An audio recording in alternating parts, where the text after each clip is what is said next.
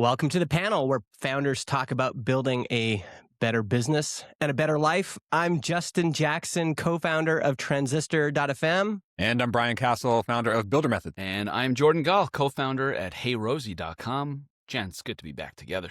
Guys, this is so good. Yep. I listened to your episodes while I was away. I got a lot to talk about. I got big city energy. That's what I want to talk about. I was in London, UK for a week. Had an incredible time there. Stopped by the indie beers, like the indie hackers meetup, just on a whim. And it was like, Charlie runs that over there. And I spent all day at this conference that had like thousands of people, this podcast industry conference.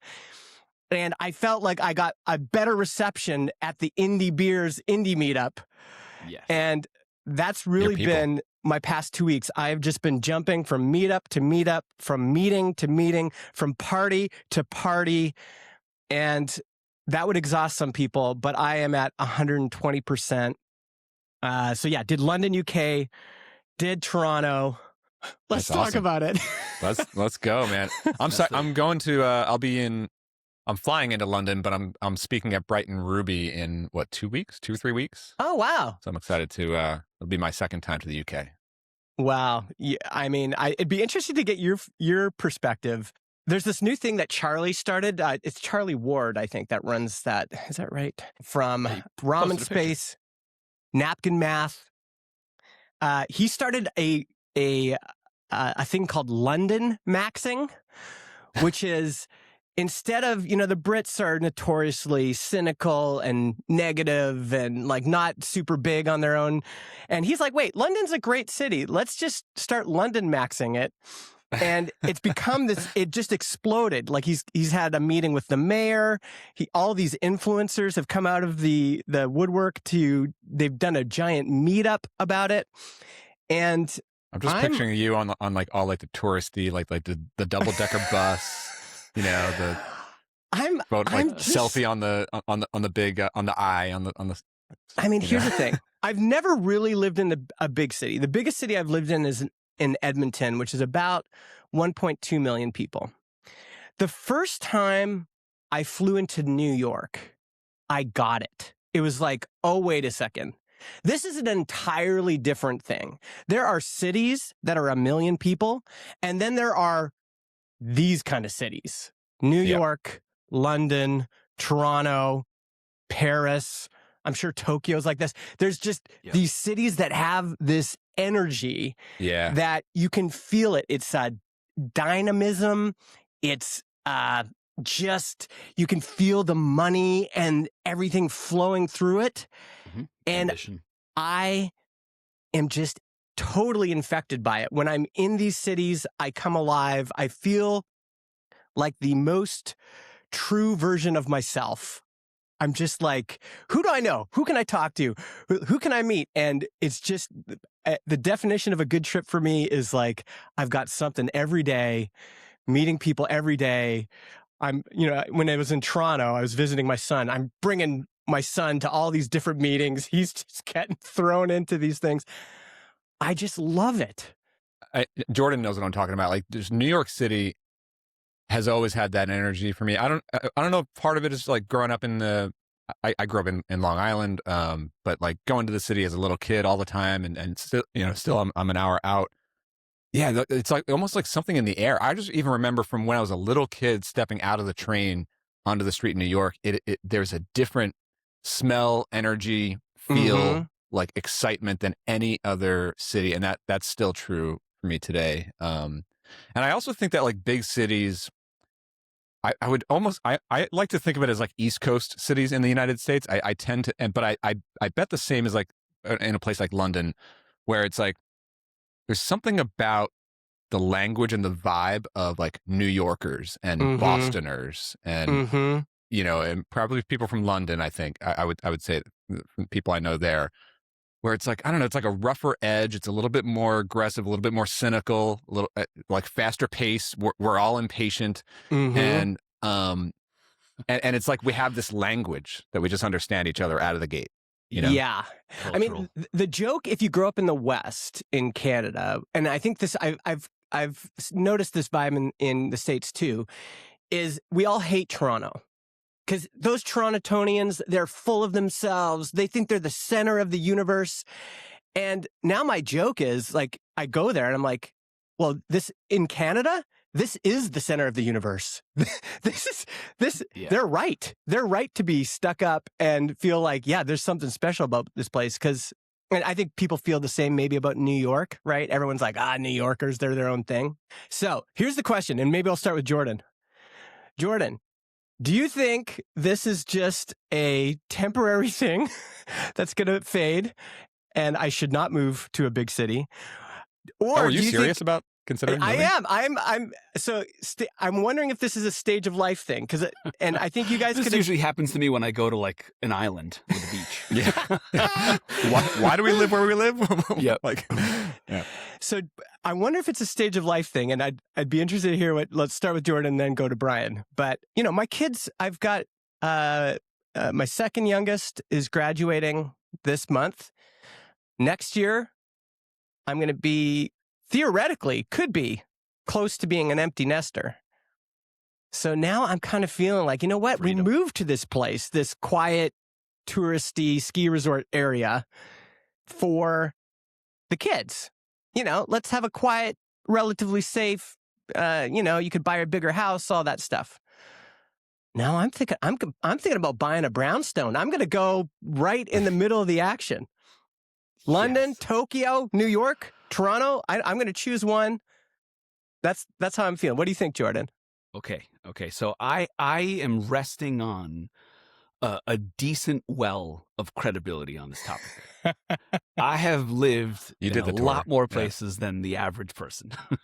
So just to mention that real quickly, at some point, my wife and I traveled for 18 months where we went to a different city every month or two. Okay. So we went all over and we learned a lot about ourselves and how to think of a city and its culture and its people and how we fit into it and all those trade-offs. So when I hear you talk about this, for me, it breaks down into 3 parts. Mm-hmm. Okay. Part 1 is the nature of a city is different. Yes, it's just a lot more people, and that creates a different environment. So you can think of New York and Miami and LA, San Francisco, London, Tokyo, Madrid, Rome. Like, yes, the fact that it's a big megalopolis with millions of people is like the first defining characteristic. Yeah. But right alongside that, not like much below it, but right alongside size is culture. Yeah. And how a city speaks, how it whispers to you. If you go to DC, it's an amazing city, and it whispers to you, you need some power. Yes. You need influence. You need connections. You want in, that's what you need to do. New York, straightforward. Bring the money. Right. LA is different. LA is like fame. It's not just looks. Maybe. That's Miami. Yeah. It's Hollywood. And then San Francisco, whispers are a different thing. So the culture matters, and because of that, New York is very different from Sydney. Yeah. Sydney, you pop your little tall poppy up, and it will chop your head off, which is a very different culture from, you're the best lawyer in this firm. It's great that you make $4 million a year. Without the issues of Sydney is how you would never mention that. Yeah. You're talking about Sydney, Australia? Well, yeah, Australia is similar to Canada, similar to England, and the Anglosphere in general. That culture is not boastful. Yeah, and so you wouldn't even dare to say that you think you're the best lawyer, let alone like brag about things that are in New York that are much more straightforward. So so the size of the city and the fact that cities are of a different nature, yes, but the culture is right there with it. You go to the wrong city, you won't get what you're looking for. You won't find, oh, I love this energy so much in London, and then you get into the culture and you realize, ooh, what I want is not celebrated. Yes. And now I have to put myself into that culture and morph and adjust so that it makes sense. Otherwise, you won't have a good time. Me in Portland was an example of like, what is this guy doing here? Yeah, Portland was an interesting choice for you, actually. Yeah. Yes. I am comfortable being a bit of a fish out of water. Yeah. I was a Republican in New York City in like 2002 during the Iraq War. I was like, people did not know what to do with my opinion at a bar. They were like, well, you're the only person that thinks that way. And I'm like, what do you do? So I think maybe I became comfortable with it. And what's the third thing? The third thing is that travel is different from living. Mm-hmm. And when you go travel, you just wear a different skin. Mm-hmm. And then you go to a city, and of course, I think it's totally fine to just look at the surface and fall in love. Yeah. And ignore all the realities underneath and the culture. And once you got into it, you understand the trade-offs and all this other stuff. But what I think we can talk about, and I want to hear more about your experience, because the three of us all experience this. I'm assuming people who listen to this also experience. You get out of the house, you get on a plane, and something starts coursing through your veins. Yeah, it is like this travel bug. human, like I'm out in the world, I'm pioneering. I mean, you're in a nice, secure little bubble where you check into your hotel, but who cares? The truth is, your body, the reactions, and of course it affects your thoughts, is I'm out.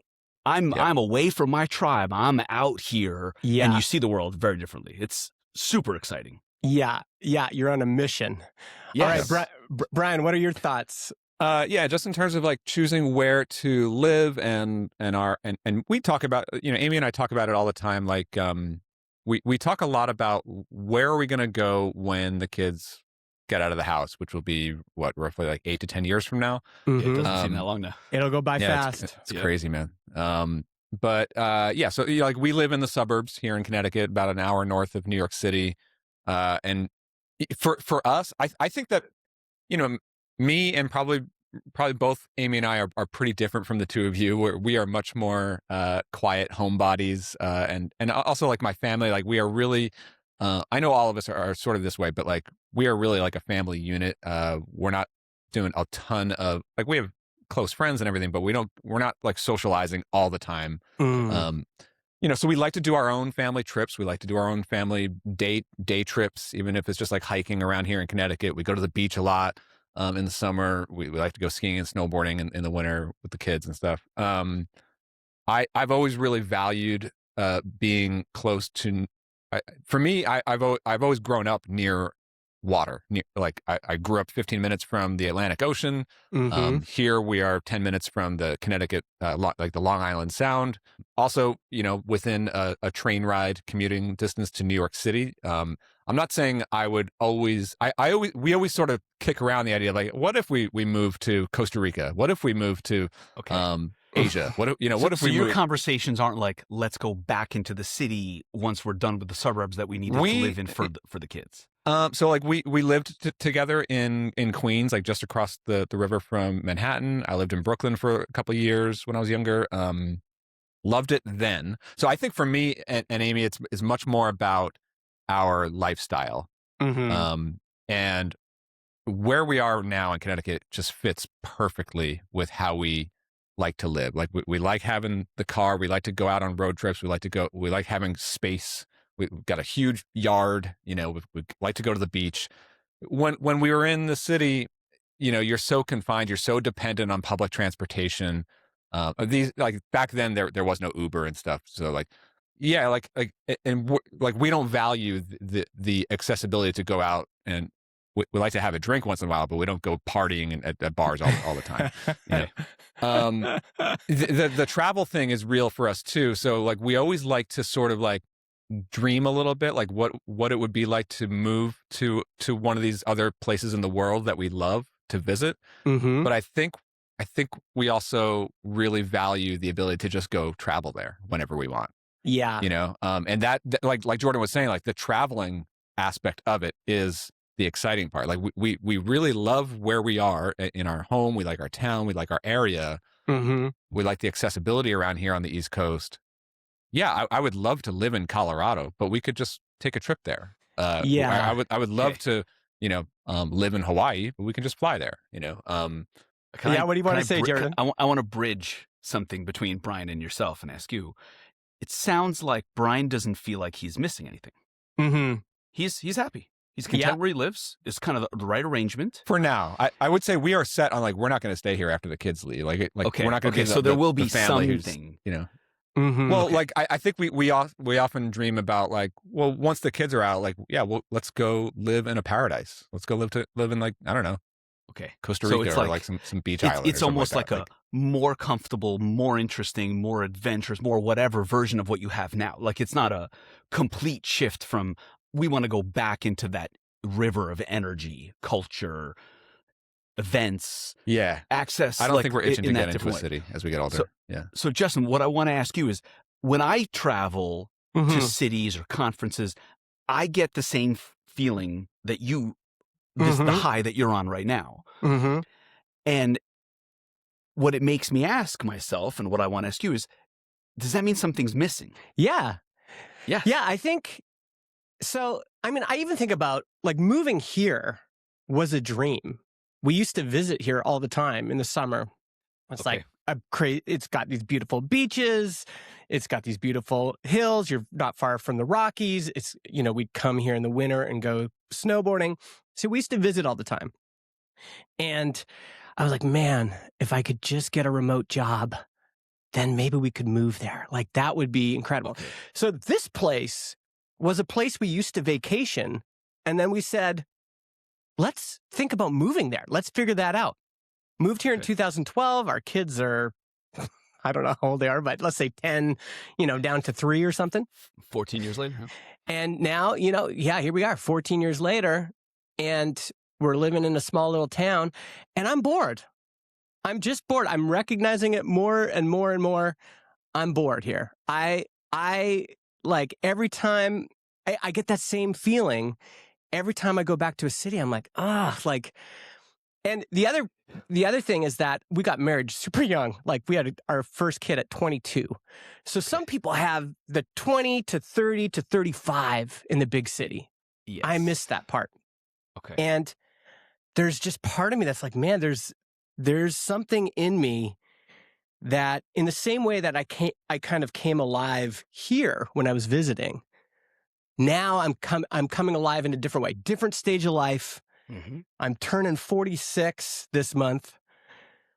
And I'm like, I got how much longer is this energy going to last? Mm-hmm. You sound bored and happy. You don't sound unhappy. No, I'm bored and happy, but also even okay, now I've done 14 seasons of snowboarding. It's fine. That's what I wanted to ask you about. Moving to the place that you always loved to go vacation to, did it lose that excitement, the fun? For the first, I am a cheerleader. I'm a rational optimist in this way. I got here and I just rose-colored glasses for the first 10 years. I'm just this place is amazing. I can't believe we get to live here. I can't believe I get to go snowboarding all the time. Last 4 years, I'd say I've started to feel now I think my expiry date here might be moving. I think it's time to, once your kids don't want to talk to you anymore and they're just in the house and you're just you're hey, you want to go snowboarding? And you don't hear any response at all. I am always jealous of those who can just go out and drive 20 minutes and be at an amazing mountain. We're several hours away, but we've kicked around the idea of getting a vacation home, either up in Vermont or New Hampshire, and maybe part of as an Airbnb property or something. But we sort of always come back to rather than owning a second place, we'd rather just spend our money on traveling wherever we want, whenever we want. I think that's the right answer. I think it's just because I know that it's way easier to imagine yourself living somewhere when you're on vacation. Everybody does that. But this is a sustained trend with me that I go to a big city, either for I technically, while I was in Toronto, I was on vacation. I was supposed to just be hanging out with my son. But I'm booking all these meetings. I'm going to all these meetings. I'm just it's the thing I love to do. I want to try to define that feeling because it's kind of hard to put into words. Mm-hmm. I know this is going to sound a little weird. I'm going to try not to make myself sound too weird in this. I had this experience as we're talking about this. I had this very memorable experience. Mm. It was a microconf. It's like 10 years ago, and it was. I think it was the first time that I gave a full talk. Mm. So it was a lot of nerves going in. Yeah, and then you do the talk, and then then there's relief. Brian, I think we had already started the podcast. It was the first time that I like walked into a conference and people were doing the like shake your hand, like I listen to your podcast all the time. It's so great to meet you. And it was like it was a few days of that feeling plus the talk, and then after the talk, and I was like, I felt like a human magnet. I was like, I can do anything. I can convince anyone of anything. I think I walked into an Uber and I was like, I'm pretty sure this Uber driver wants to sleep with me. I was just like, it was, I know this energy though. This energy is like, everybody wants to talk to me. I'm going to talk to everybody. I'm going to, yes. And I'm not like a very like arrogant person. So it has this weird effect of like also making me be like slightly self-conscious, like, hey, don't think that way, like relax, don't be overly confident, that kind of thing. But if I shed all that and I'm just being like really genuinely honest with myself, it's ego. When I go to March Capital or Lead Investor, I go to their conference in LA and I do a whole, few days of talking to people and meeting people and pitching and just like all that energy. I just walk away with my ego like, you can do more than you think you can. You can actually do anything that you want to do. There are no barriers. They're like all the things that your day-to-day life just kind of put you in a lane. And they're like, this is your normal life. You can do this or this. If you want to go crazy, you can drive 45 minutes to the city, but that would be crazy on a Tuesday. It's like, it's very confining. Yeah. And when you just throw all those like constraints out and you're just out in the world.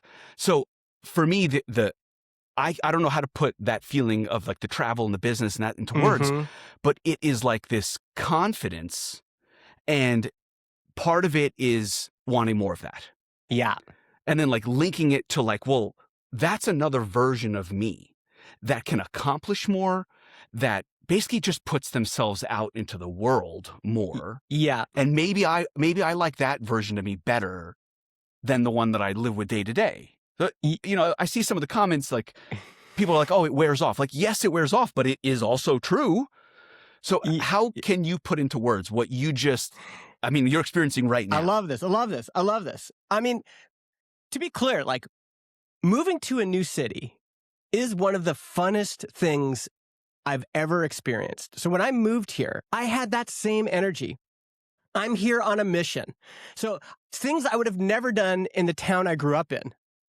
I'm here. I'm meeting everybody. The director of economic development, let's do a meeting. Let's start a meetup here. Let's start a co-working place. Let's do a hack night. Like I'm just like going with the same kind of energy, finding my people, all this stuff. So I think the energy you've described perfectly. And I think the thing I'll add to it is I've also felt that energy, not just when traveling, but when moving to a new city. You fly in, you're like, okay, this is new start. I'm going to help attract the thing that I want to see in this place. I got to get moving. I got to get going here. And that has sustained me for, especially the first 10 years. It was great. The last 4 years, what the feeling I have here is I'm hitting a ceiling. There's really, the only thing left to do is for me to say, in 10 years, I should join city council and try to change this town, right. Give back. Give back, but in a long-term way. You're not done. Do I want to spend the next 10 years trying to manifest something in a culture that really actually probably isn't going to happen here? So to relate this to business in some weird way, Sure. Would you say that like you've like plateaued on your social ladder engineering? Like there's just no more growth potential for you. Yes, your churn and growth are now. Yeah. You're churning friends. Yeah. I'm not churning friends. Like it's all fine. It's just it relates to business in the sense that. Remember when we defined burnout as that repeated feeling like you're just not making progress anymore? You've gotten to a spot and like there's some burnout where you've just been working too much, but then there's that other kind of burnout where you're just like, ugh, like you keep pushing forward and you're like, and I think when it comes to a city, there's this realization that was like, okay, what did we come here for? We came here to raise the kids and teach them to ski. Check, done. And now it's like, okay, what now? Well, I love to work. Like I freaking love to work. And there's something about being energized in a way that translates its way into work that I'm like, man, the next 10 years, like if you give me the choice between skiing and work, I'll choose work. I friggin' love to work. If you give me the choice between sitting on a beach and going to a meetup in a different city, I'm going to the meetup every time. Like that's I think it's so interesting love. The crossover of like personal lifestyle and our work lifestyle and what is the optimal version of that for all of us. And I think it's probably pretty different for the three of us. You know, it sounds like to me, probably for both of you, correct me if I'm wrong, is that like the ideal work lifestyle is direct interaction with the team and ideally in person. Oh, I would build a team in person next time. You know, and if not that, or if most of your team is remote, like still a regular cadence of like in-person meetups and even just meeting up with other people from other businesses in your local area all the time. Whereas like, you know, for me, like I've spent years trying to craft the perfect home, quiet, creative studio, just me in my little cave here. Yeah. You know, and I'm happy and I work when we travel and I'm comfortable working on a plane. I'm comfortable working wherever, but like I just like to optimize that like home comfort, you know, but like the travel thing, of course, like we love to travel. And I think the big thing there for us is like, it's the break in the routine because we are so routine at home, which we like it just works for us, you know, like I'm extremely routine in my day to day. Sometimes I joke with Amy that like, I think like if I had some sort of tracker on me, maybe I could do this with the Apple Watch. Like I think I literally make the same sequence of physical movements 24 hours a day, every day. Like, you know, but like pod. Yep. Yeah, Water, like boil, from like the way I brush my teeth to the shower to the coffee to the work, like all of it, you know. Anyway, but like yeah, you get on a plane, go somewhere, go snowboarding, travel somewhere. It just breaks up the routine. Yeah. Here's what I was gonna say. It feels like there's a battle between the wisdom on one side, right? If I could introduce a classic quote into the podcast here from Pascal. Right, all of man's suffering stems, all of man's problems stem from his inability to sit in a room alone. Right? Yeah. Like Brian has some wisdom in like, well, my family's safe. I'm close to my wife and kids. Right. And there's like wisdom in finding happiness in that. And thank goodness the internet allows us. I'm not saying I'm always happy. It's a lot of like quiet stress stewing over decisions. But anyway. Yeah, right. Different type of happy. Yeah. Right. You like you're in a good place, right? You got your family around you, and there's wisdom in being satisfied with that and saying like, no, this is actually good, and I prefer this than something else, going to an office or commuting or something else. Question: if I'm sitting in a room alone, talking to just a screen of people, am I technically alone? It depends. Are you on Twitter or Blue Sky, or are you talking to Claude? Very different. ChatGPT has I'm just voice saying, maybe mode, Pascal you know? was talking about being in a room with the internet. I like it. Well, that's a lot less boredom in that room. My kids and Amy always say to me like, "Hey Brian, just like ask your friend this question." They mean like go ask AI. Like, That's tough. That's tough. My wife regularly. What does Claude say? Yeah.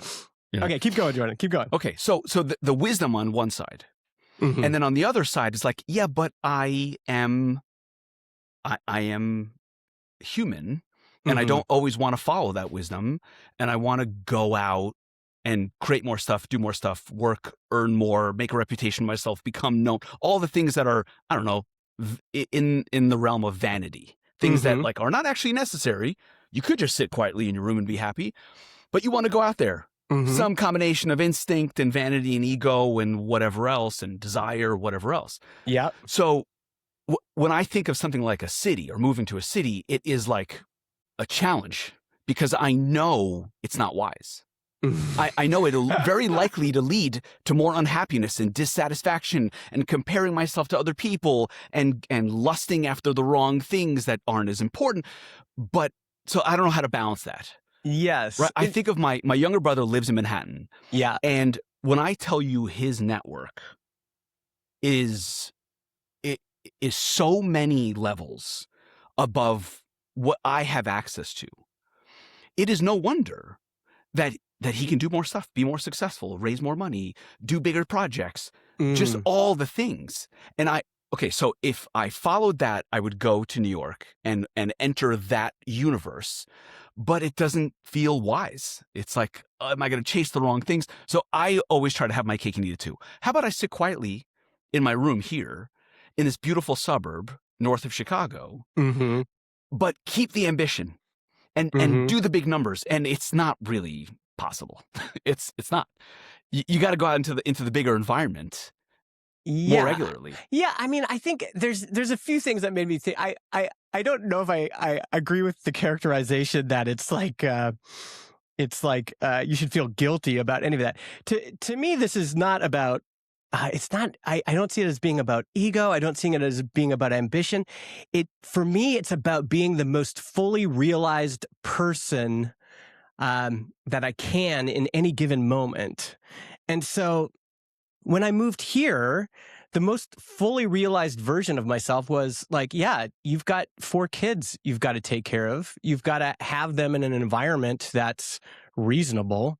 We're not going to stuff them all in a brownstone in Brooklyn. Like, that's not happening. And it's a choice because you could. Yeah, you could. But it's like, what's the most fully realized version of myself here? And there's some sacrifice and suffering in everything that you do. But it's like, what is a thing for? You know, what is the most fully realized version of a tree? What is the most fully realized version of anything in nature? What is closest to their nature at this given point in time?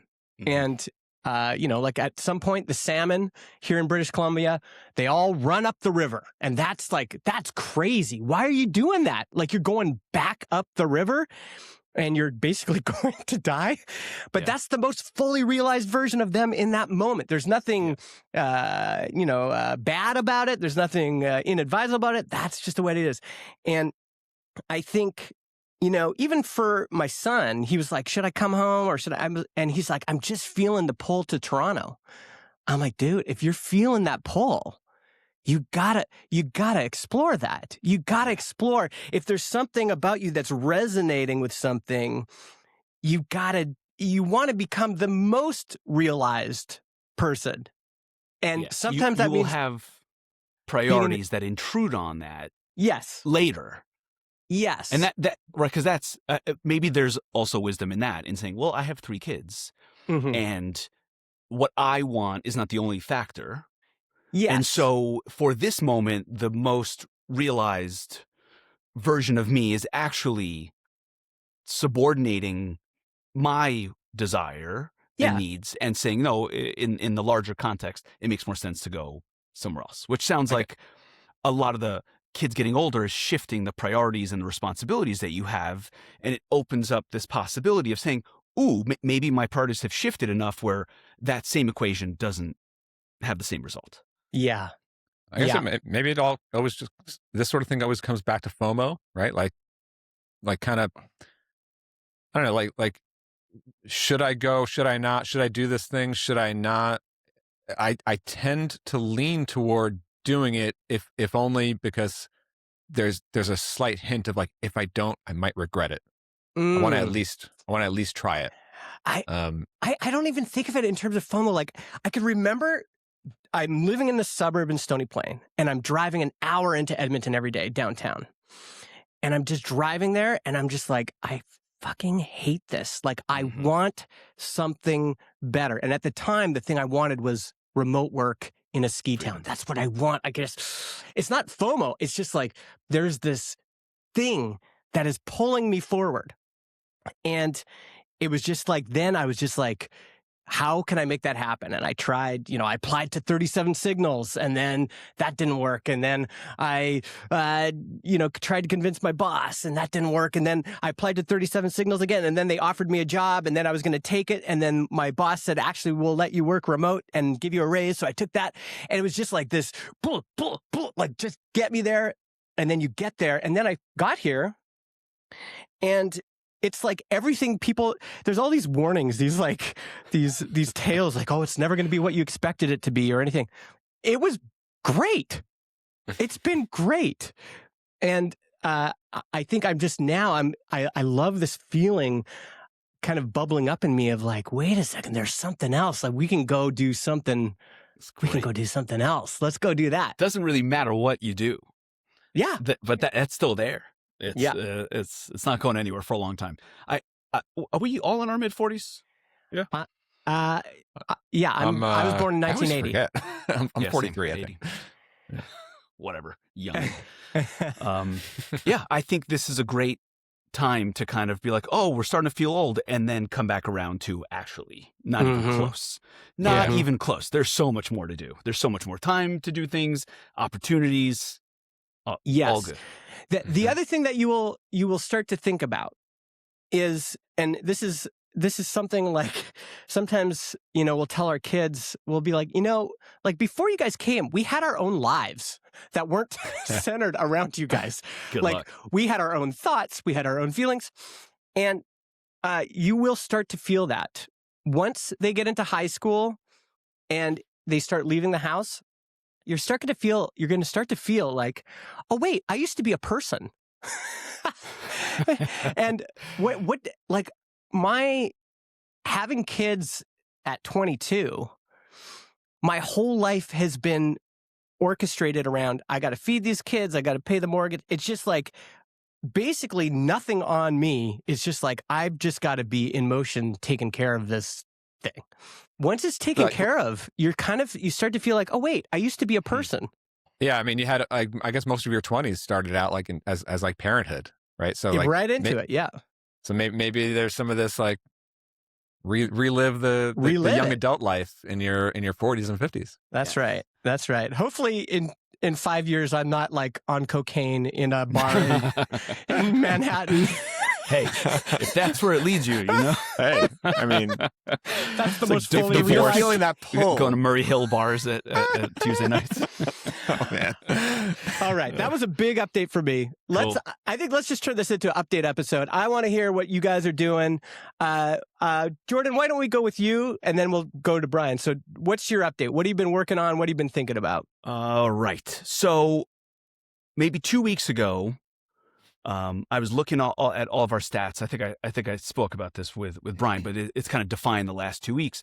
I looked at all of our stats, and I'm kind of internalizing, like, we're really close to more of a breakout. Like, we've been growing consistently, and I want to accelerate it. And what I think about a lot of the time is, how do I do that? How do I accelerate it? I'm very happy with the way things are going, but as Rob Walling has always given me the same advice, when things are working, do not give in to the instinct to slow down because they're working. Like, that's the time to go much, much harder. Yeah. So I always keep that in mind. And what I realized was, I have more control than I have been acknowledging in our advertising funnel. I can optimize it. And I've had this experience over the last 2 weeks, turning Claude Cowork into like a procrastinating, destroying machine. Okay. It has. So I like to work through meetings and conversations. But it's not really fair to do that to your colleagues in a remote environment, especially when it's the boss and no one can say no. And they're like, all right, I guess I'm going to be on calls with Jordan all week. You know, not great. And I've just started working with Claude Cowork almost like a colleague. And it's very motivating. So I'll do a project like, let's update the pricing page. Here are my goals. Here are other pricing pages that I like. And let's go from the top, from the headline. Let's go. This is you talking to Claude Cowork. Yes. Okay. Yes. And so it pretty quickly understands. It has a lot of context from my previous conversations and documents and folders and all that. And it's very good at like best practice optimization stuff. And so normally if I just open up a blank Google Doc and I'm like, here's the updates that I want to make to the pricing page, it's very hard to get going and build momentum in that project. And so I've been using Cowork as this conversational back and forth motivator, and it works. I've just been really productive. So that my focus this week has been optimization. So I did the pricing page and now I'm doing the home page, and I'm looking at like the names of the pricing plans and the prices and that like has lit a fire. I think I got the idea that I am empowered. I have a lot more control over optimizing this funnel as opposed to just watching the ad spend and kind of, okay, when's the next batch of creative? And this very passive version. I'm taking a much more active role in it, and it feels amazing. I love this. I mean, you're describing how I work with Claude. I 100% have a coworker in Claude. And we work together on everything. Every single thing I do ever now for the past year is what you just described, Jordan. Like if I'm working on a project, I have a Claude conversation going alongside it to talk through every creative decision. I'm curious to know why Cowork and not just like regular Claude. I do most of that type of work in chat in regular Claude. The only thing I go for Cowork for is if it has to run on the machine and it has access to the local files. So I'm doing some like background, like agent stuff with Cowork, but like any kind of strategy or creative work, me to Claude, it's usually just in regular Claude. Yeah. I think it's just psychological in how I approach the Claude window when I open it. I just look at it. I'm like, oh, my chats are like these back and forth conversations, questions. You know, in chat, I will upload an NDA and I'll say, can I sign this as is? What issues should I be aware of? Is there anything non-standard in this NDA before I sign it? And that's like I look at it as like a quick chat. And then I go over to Cowork and it's like I put on like a new hat. And I'm like, oh, this is a different experience, even though it's not. But what Cowork seems to do is when I lay out a project, it on the right-hand column, it creates a to-do list. Yeah, it does. It have just a little creates bit more right. So on the pricing page, I had this feeling of progress because I'd look over and I'm like, oh, we're three things down on the list between the pricing grid and the testimonials and that's a good point. FAQs. And I'm like, okay, so now I have this. So it's psychological, right? No, but it's not that's really interesting because repositories or anything. It's really interesting because it's the same technologies, the same LLM, the same Claude model. Yeah. It's about the interface. Yes. And it's not even the harness because it's essentially the same harness in all Claude Code, Cowork, Claude AI. It's all the same secret sauce under the hood.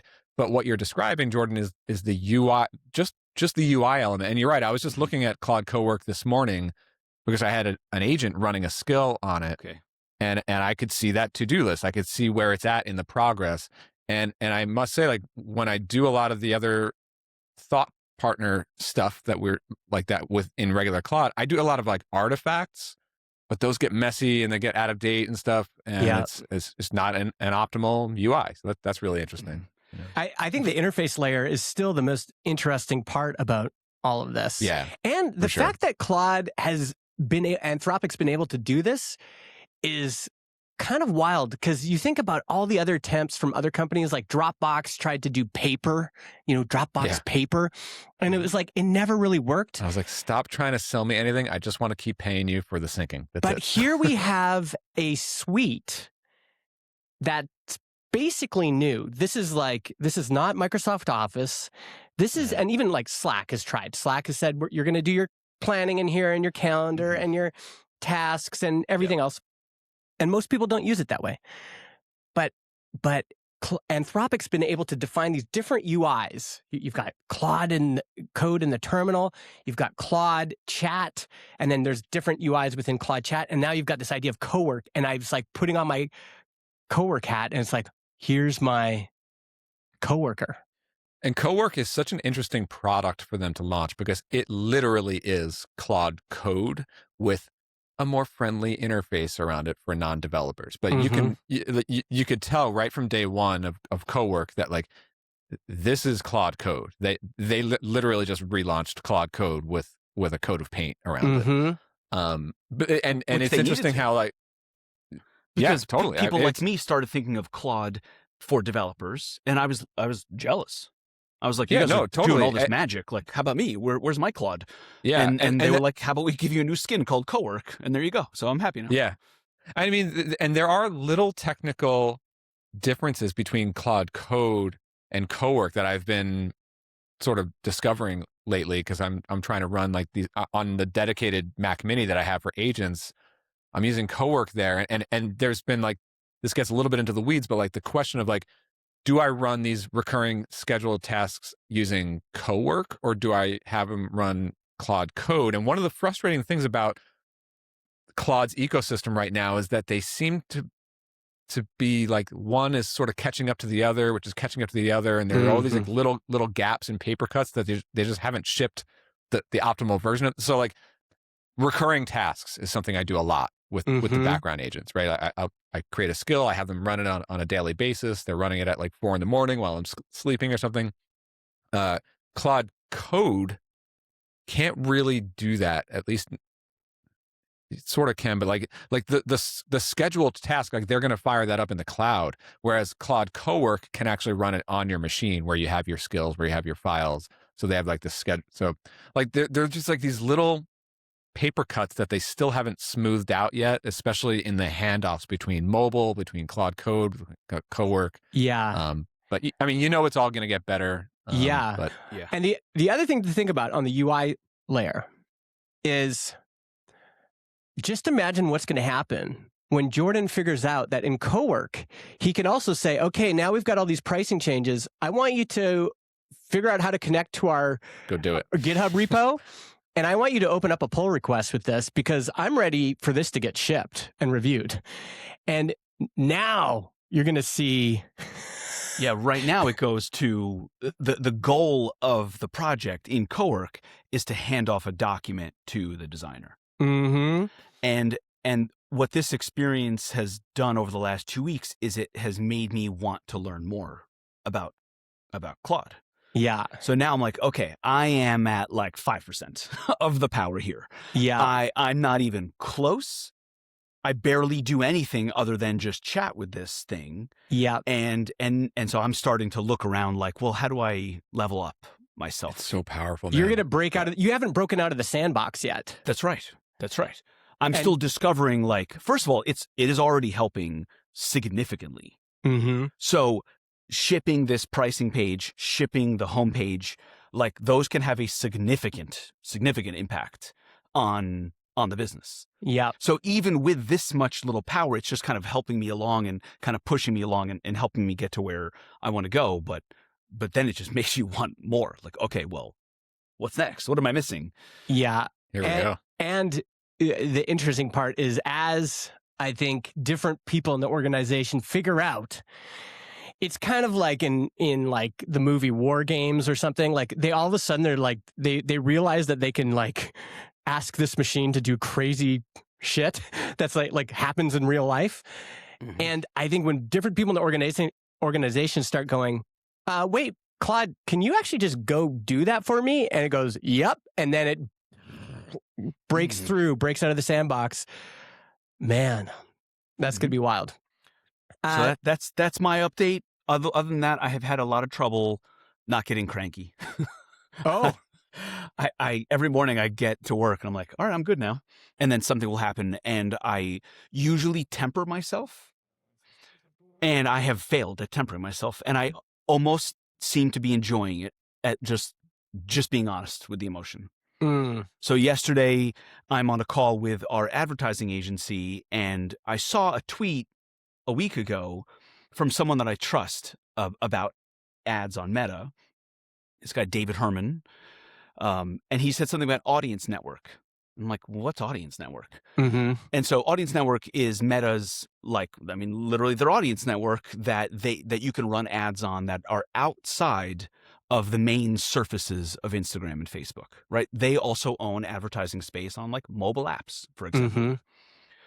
And I went over to our ad agency and I said, we're not showing ads to the Audience Network, are we? Because I just want to be on Facebook and Instagram. That's where our people are. And then we looked at it and turns out, actually, we are, because Meta has that on by default. And so we've been spending money showing our ads in like random mobile games. And the click-through rate is literally 30x. 30 times. Wow. In the Audience Network? In the Audience Network. Oh, wait. Wow. Junk. They're junk clicks. I see. There are people like clicking on the ad to like get through it to get to the game. Yeah. Oh, man. So I'm looking at that and I'm like, here's the deal, buddy. I said it properly, but I was like, this is some bullshit. Do not do this to me. I control where my money gets spent. And the fact that I had to send you a tweet and now this line item, like in our analysis every month, shows up that says Audience Network now that I've never seen before. Do not do that to me. Dude. Do not put me in that situation. And now, of course, because it's Meta, you can't just turn it off because that would change the nature of your campaigns. And you don't want to mess with campaigns that are working. So I'm like, I'm in this situation and you need to know I am unhappy about being in. So it feels like something like that has come up like every other day. And I'm just like, I'm full on honesty. This makes me unhappy. I think you did a bad job on this. Don't let this happen again. And I feel like usually I'm a little more tempered in that type of feedback. that kind of thing I would be pretty pissed about too, because it's like a vendor. Like that's what they do. They manage the campaign and optimize it, right? Like, because like the thing that's I'm just realizing now, as you said that about, because we know that like Facebook, like Meta's reporting of how well your ads are doing, they're always going to like inflate it. You can't trust how their conversion. Yep. I did not realize that like the click through on game ads, which you have to click through it to get back to your game. Yeah, they're going to count that as like a click and a conversion. Like, and then you got ad agencies who are also taking credit for that. Like, well, yeah, dude, have you seen your kids play a free game on their iPad? Yeah, of course. It's just like we've been like my family, we've been doing like a Tetris tournament, and it's like every time we're clicking through all these ads just to get back to it, and like, I'm watching my niece play a game, and it's just like I'm like, what's that? She's like, oh, I got to just click through this and watch this movie, and I'm like, what the. This is complete trash, and that all those clicks are just going straight through to Rosie's advertising bill. Yeah, and it's a bit related to the same vibe that you're on, Justin, around that like confidence high. Because for me, what's happened is as I started looking into like our debt options, it has brought out a bunch of equity investors that are like, actually, we think you're doing a great job. Maybe you could talk about investment. So I've been like pitching and talking to investors the last 2 weeks, and that gives me that extrovert high. And I think that confidence also comes out in like the what Audience Network nonsense. You know, it allows me the confidence to just speak my mind without any filter. I'm not being a jerk. I'm just being like, well, I'm just not going to not say what I really think. I'm just going to tell you how I think. And it's straightforward. It's not like I'm firing you. It's not like, oh, you're the worst person ever. I'm just saying, this makes me unhappy. Here's why. Don't let it happen again. So I think it's all related. And think about this. Here's the thing. It's like, because I don't like conflict either or confrontation. But when I think about the moments in my life where I had an interaction with a boss that stuck with me, they're all confrontations. They're my boss pulling me aside going, listen, you can't do it that way. And me being like, oh, wow, okay, I guess I better pay attention. And often, not every boss, some bosses are confident and they have nothing to back it up, but often the boss has something to back it up. They were right, you know? And that sticks with you, and it's valuable in that sense. Brian, what's going on in your world, man? Yeah, maybe a little bit similar to what Jordan was saying about his experience with cowork, and just a little bit of a breakthrough in like, how can I use AI to really be like a massive like step change in productivity or optimization or whatever it might be. I've been talking about how over the last 2-3 weeks I've taken a little bit of a pause in the operations in Builder Methods with YouTube specifically.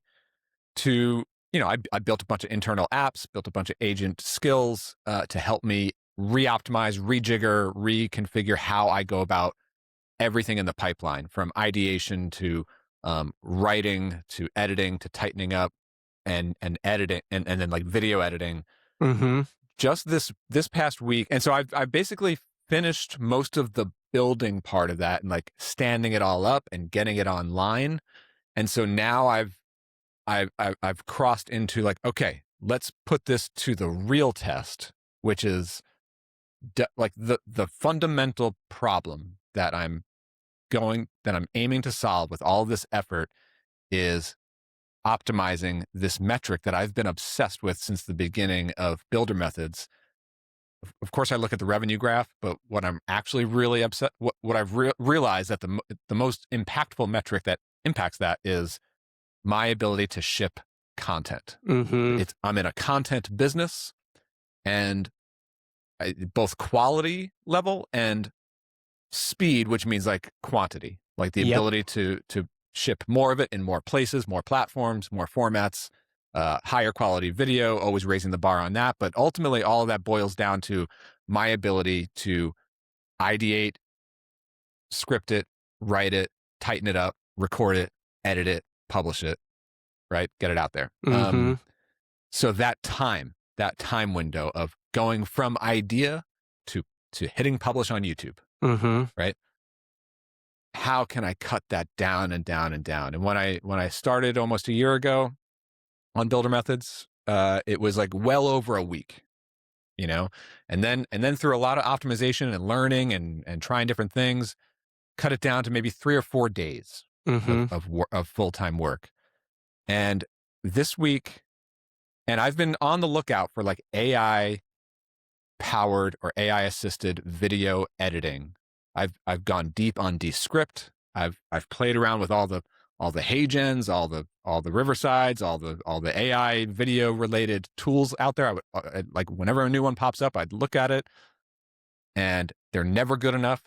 They could always do a few things okay, but it still requires a human to basically sit there for several hours at least and do it, which meant that I would always have to resort to hiring an editor to at least get it off my plate. But then that still requires several days of turnarounds. And now, so then that time to publish still extends because I'm outsourcing it. Yep.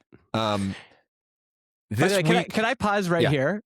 Yep. Because as you're talking, I'm just thinking, this is the difference between an entrepreneur and an expert. So an expert says, you go to a video editor and you say, who's been working in the industry, and you say, hey, I need to publish some videos. How long is this going to take? And the video editor will say, it takes at least a week. That's how long it takes. You're going to give me your footage. I'm going to go over it. I'll send you a draft. We could talk back and forth about it. We'll ship it in a week. And these are kind of the fundamental things that I think entrepreneurs come up against. This is Elon and rockets. Like, the experts are saying, you can't build a rocket for less than, I don't know, $5 trillion. And Elon goes, but are you sure about that? Exactly what you're doing, Brian, is this distinction between entrepreneur and experts / professionals. And I think it's just interesting to watch it, because there's a lot of people that would be looking at you going, shipping a video every 2 days? That's not how this works, buddy. Right. And you're like, the entrepreneur does not like the answer. That's right. I don't like that answer. Yeah. The other thing I want to identify, which I think is clear, is the professional and expert don't understand the fundamentals, often of the economic fundamentals. So Elon's going like, no. To make this viable, we have to reduce the price to here. And all the experts are like, but forever, we've always done it this way. And we launch a rocket every 10 years. Right. And Elon's going, no. But for this to work in the market, we have to get the price down to here. And expert would go to Brian, yeah, you can't do that. You can't ship. That's about. And Brian's like, to get to the thing that's going to work, I have to. Yeah, it's that the business model depends on it. Yes, that's the thing. I'm in a creator business, which means I'm in the content business. Like, yes, I'm in the AI building business, building with AI business, and I build tools. But really, the only tools I build now help me solve that exact problem. I'm only building tools that help me solve that time to published problem.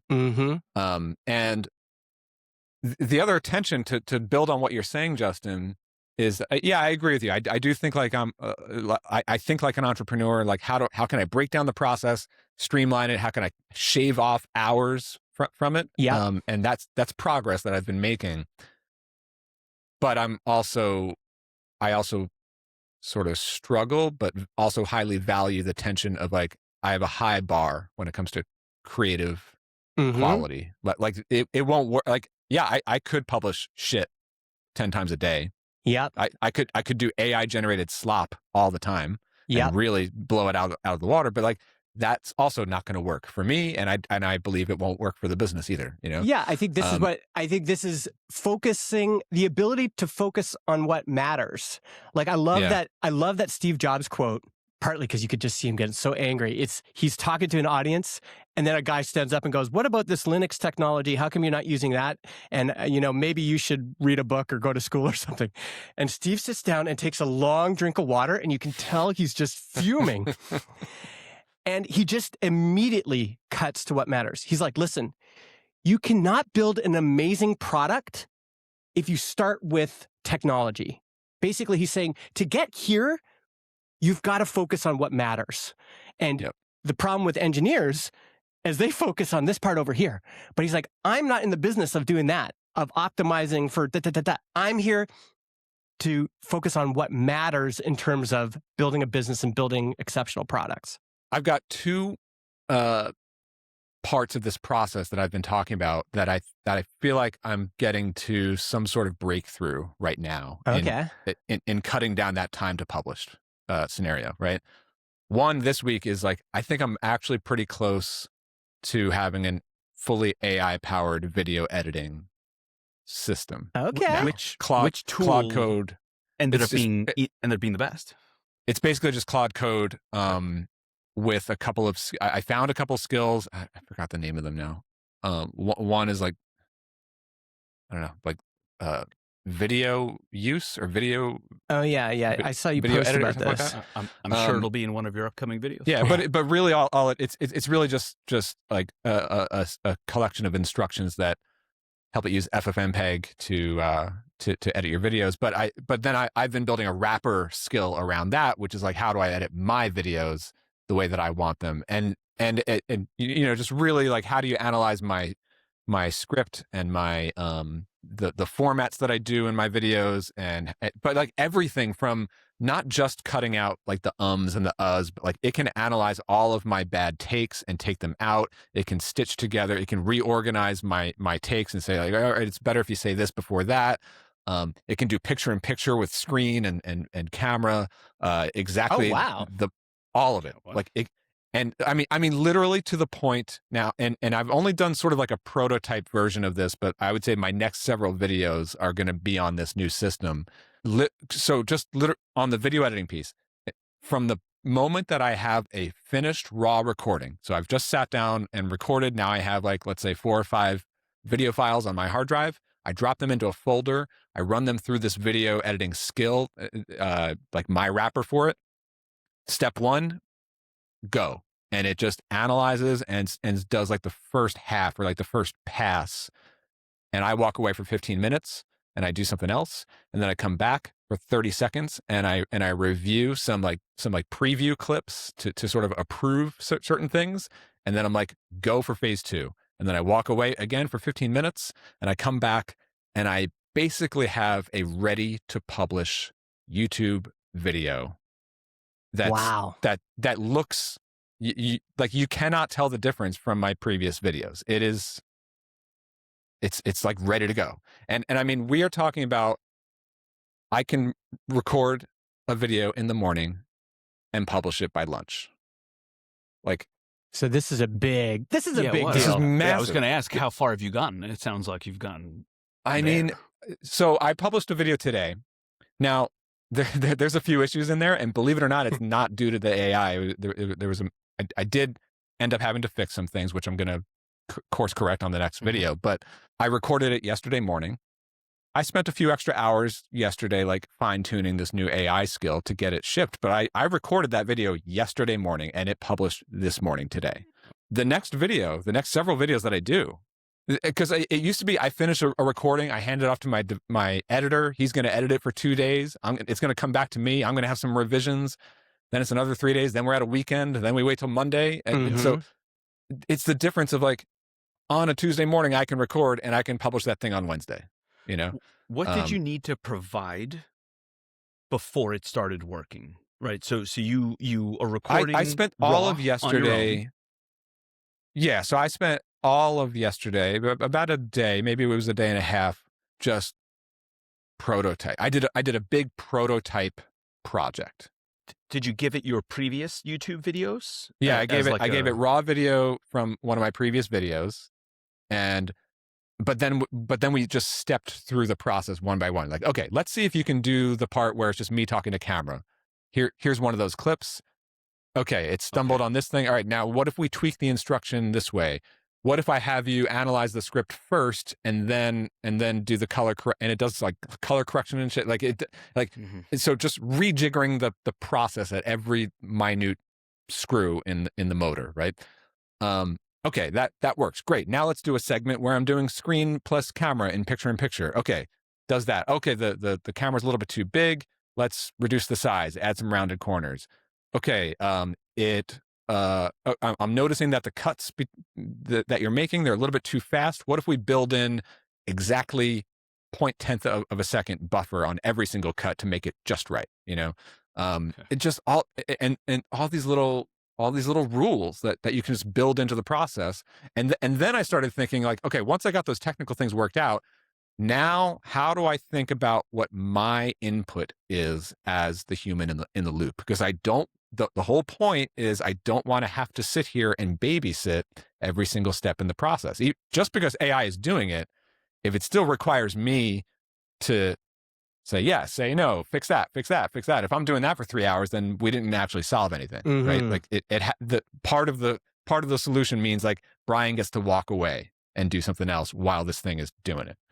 So then I boiled the sequence of steps that it's doing down into like, okay, phase 1, we press go. Somewhere in the middle, I step in and do some final confirmations, and then we do phase 2, and then it goes, right? So it's just like reorganizing the process. I spent about, a full working day on working that out, and it's still, I'm still learning and tinkering and fine tuning it. So that's where we're at on that. But does it give you hope that it's achievable? Yes. Yeah. I mean, it basically worked on the video I published today. It's going to be even better on the one I do next week. I mean, the proof will be if all of a sudden we look at your YouTube channel and there's a video every 2 days. We'll be like, okay, he's nailed it. Yeah. So I'm still getting this online now, kind of ramping up the volume on it, right? The other piece is the before process, right? Everything because this was my big bottleneck was like, how do I prepare an idea that's ready for me to record?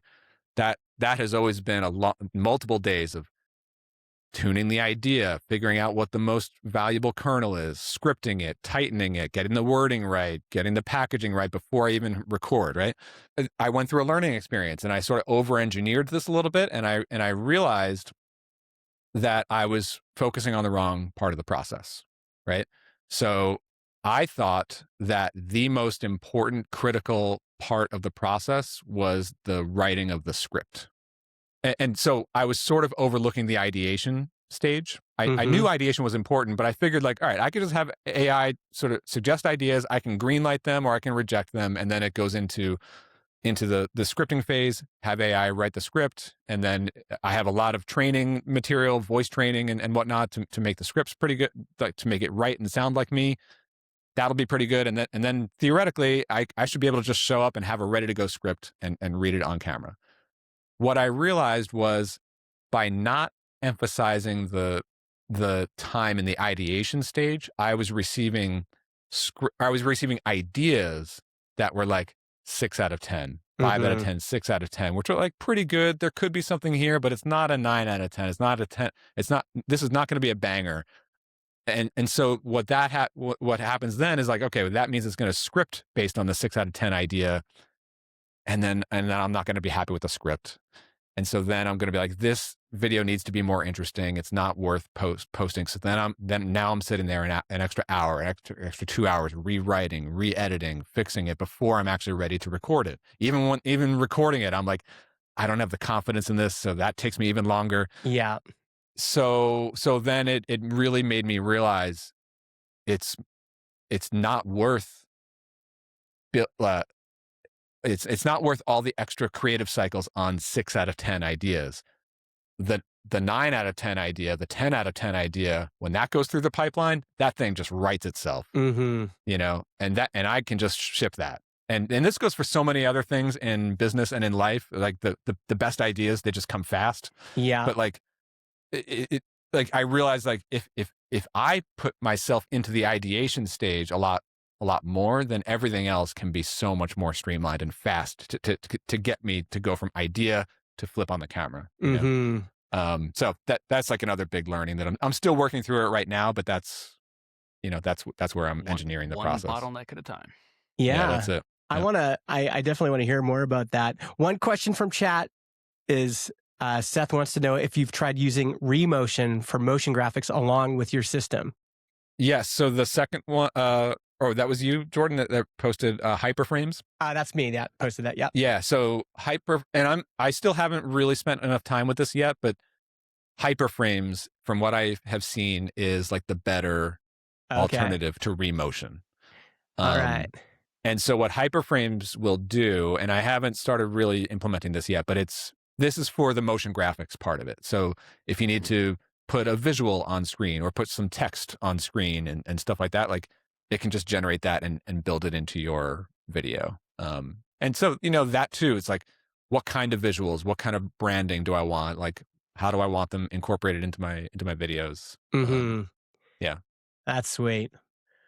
One thing we didn't really get an update from you, Justin, though. I mean, that was basically it. I mean, we're. I know you've been traveling. On the business side. Working on, we're still working on video, like full steam ahead.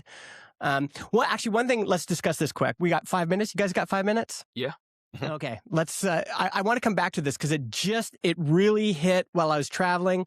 I was just talking to somebody at a very big tech company that you would all know.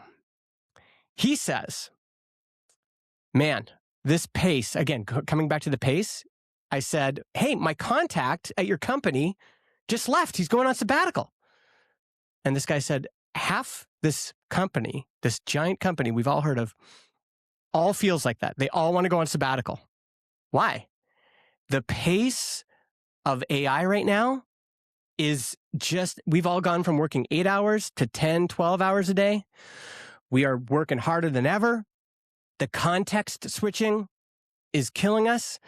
He said, even people that like it, he's like, I love it. I'm having a great time.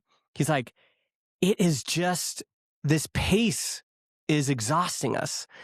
And I think Transistor experienced this. You know, I got to see all my competitors in London. We're all hanging out. We've just all built an enormous amount of software. Apple announces video, you know, whatever that was 6 weeks ago or 8 weeks ago. And we are all like, we're all building it. But guess what? We're all using Claude Code. And we all built an enormous amount of software and shipped something that would have normally probably taken us at least a year, probably 2 years. We all shipped that in whatever it was, 8 to 12 weeks.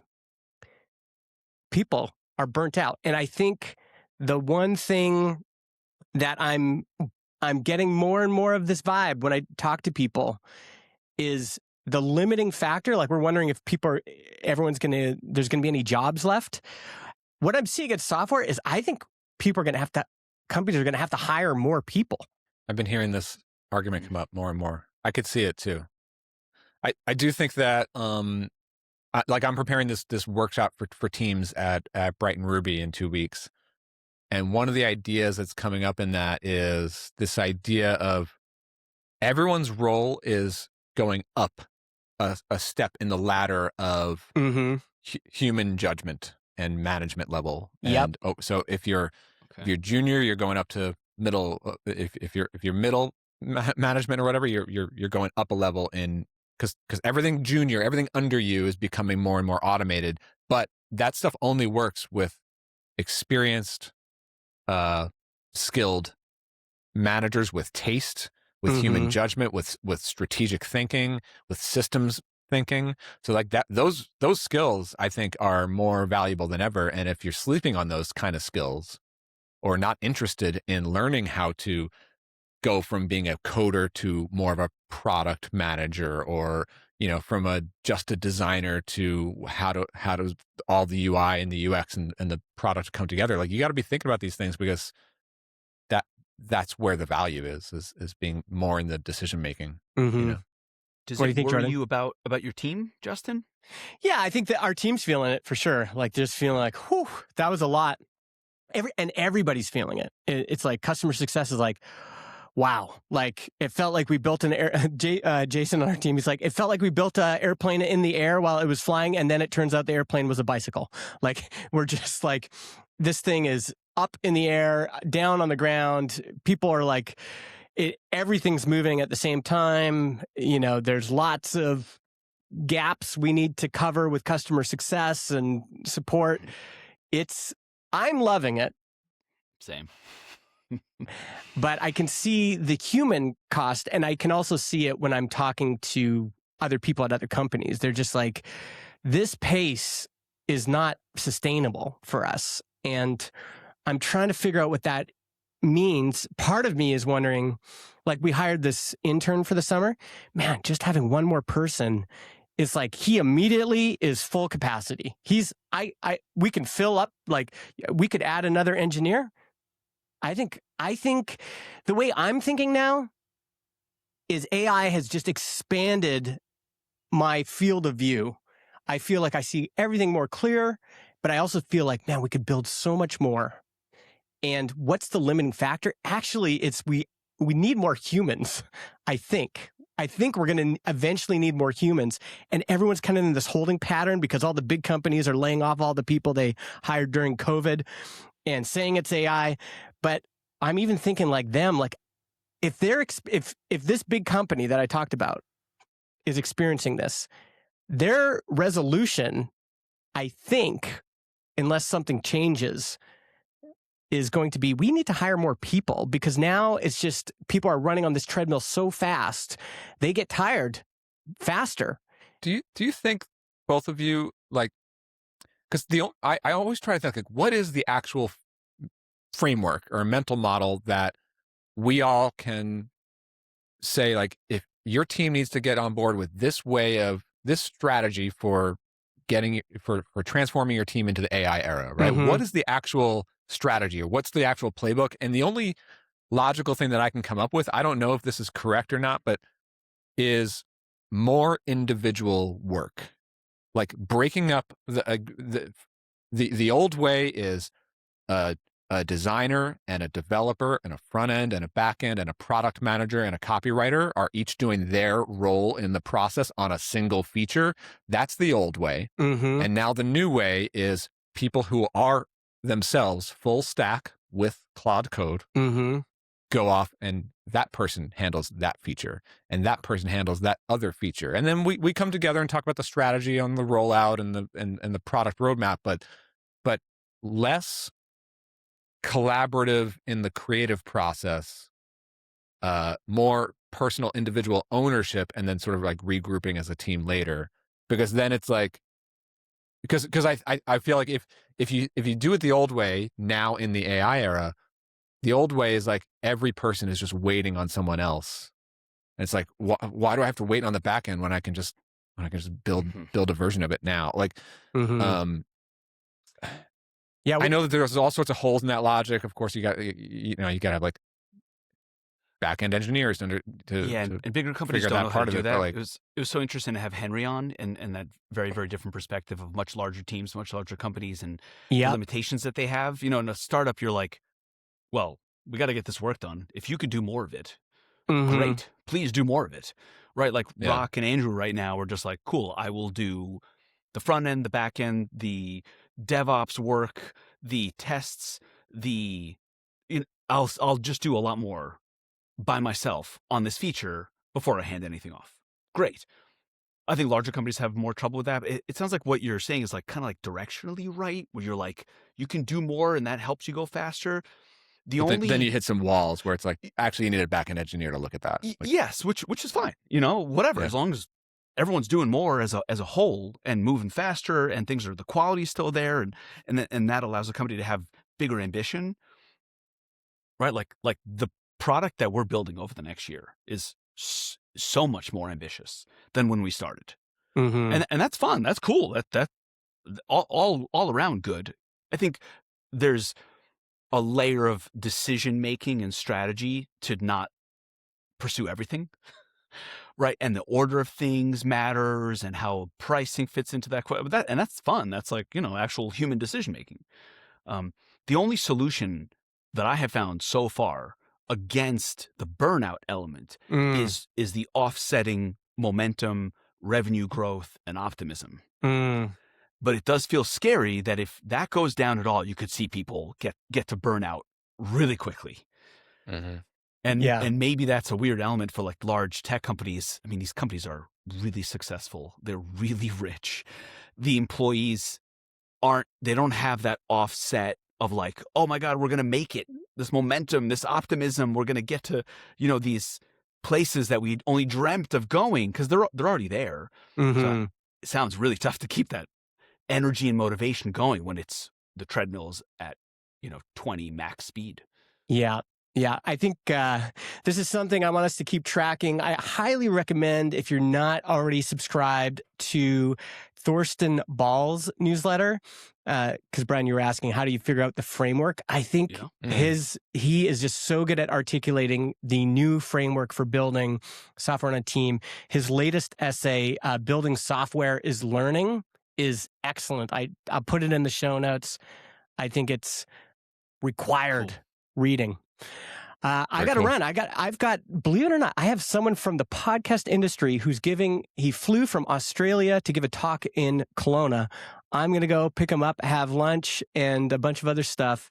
So, big city energy coming to right. coming to my You can't move there. Bring it to you, Justin. Well, I'm going to the backyard to build my new barbecue. There you go. Today's the last day of school here. Is party time.